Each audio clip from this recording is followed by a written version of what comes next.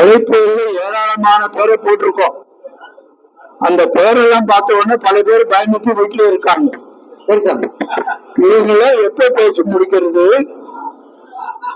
அப்படின்னு இங்க வந்தவர்கள் நிறைய பேர் பேச விரும்புகிறார்கள். வாராஜா,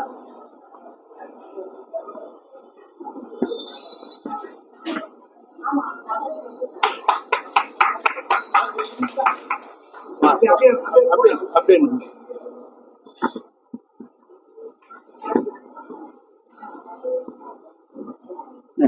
கூர்ந்து சால்வை அணிவிப்பவர்கள் விழா முடியும் தருவாயில் போட்டால் நன்றாக இருக்கும். விழாவை கழித்து விடாதீர்கள், சால்வை போட்டு.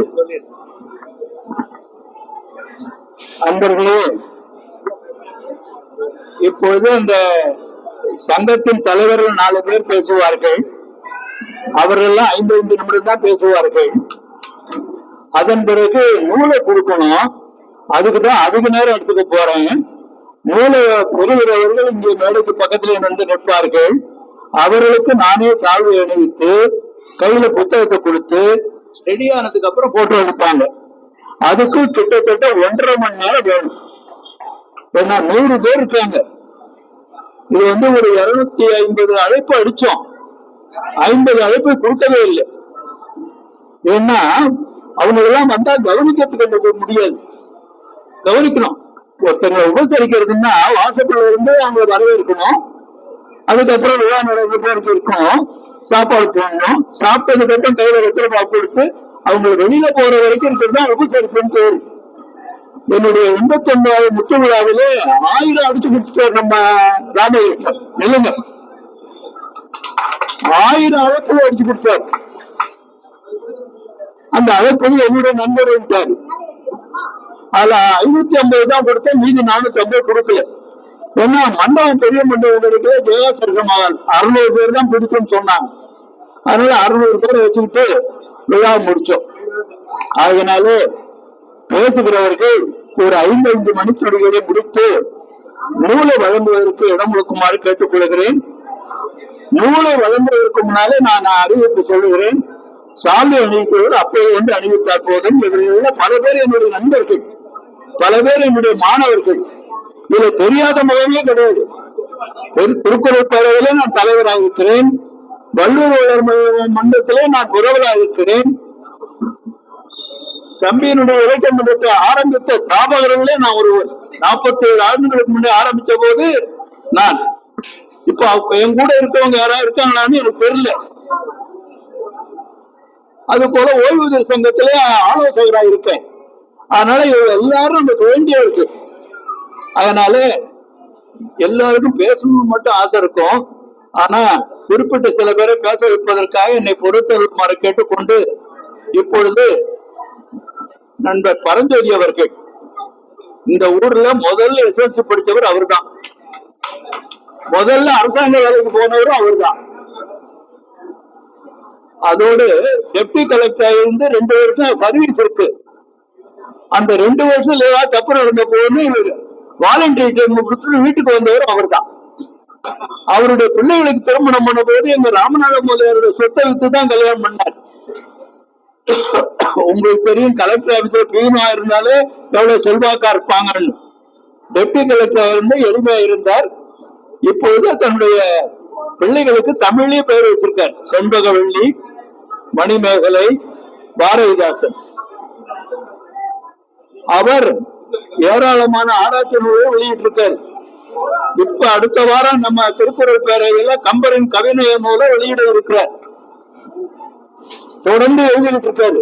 ஆனா உட்கார்ந்து எழுதுறதுக்கு அவரால் முடியாத முதுகலை வலி இருந்தாலும் தொடர்ந்து எழுதுகிறார். இப்பொழுது அவர் உரையாற்றுவார்.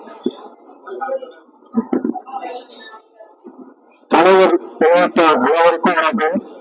உண்மை நாயகத்தை அறிமுகப்படுத்த வேண்டிய அவசியம் ஆசிரியர் அவர்களே கிட்டத்தட்ட என்னுடைய மொழியை தமிழ்நாட்டில் கூறிவிட்டார்.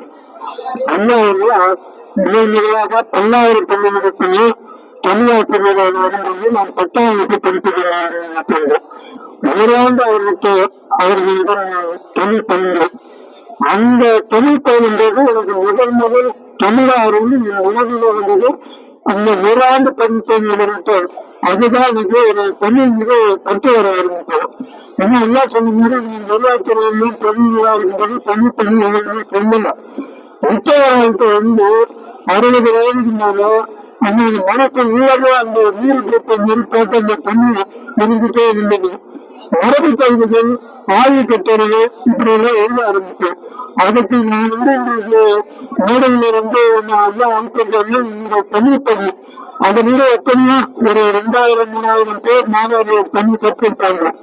அதிலே எனக்கு ஒரு நிர்வாகத்திற்கு அவரு சொல்லுகிறார், நீங்கள் எங்கள் தண்ணி படித்து தமிழகத்திலே மரபு கல்வியை ஆய்வு பெற்றது என்று.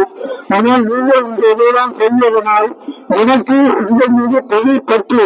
அதனால் ஒவ்வொரு வினாடியும் பரிசோதனை என்னுடைய ஆசிரியர் கூட வருவார், நான் பார்த்து மகிழ வேண்டும் என்றார்கள்.